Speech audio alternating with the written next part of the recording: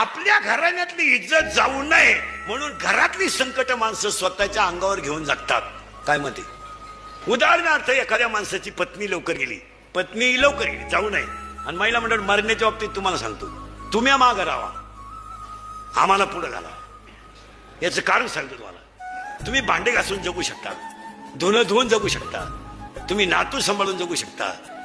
पहाडासारखी माणसं दीड जमडीच्या सुनबाईचा अपमान सहन करून जगू शकत नाही. नाही नाही, कधीच नाही. बैलाला हाक मारली तर बैल मागं वळत होता, आणि टिकाव मारला तर खालून ढिकूळ निघत होतं. एवढी ताकद असणारा माणूस दीड दमडीच्या सुनानं केलेला अपमान तो म्हातारा सहनच करू शकत नाही. ज्या म्हातारीची बायको गेली मारा, त्या माणसाचं जगणं खरं नाही.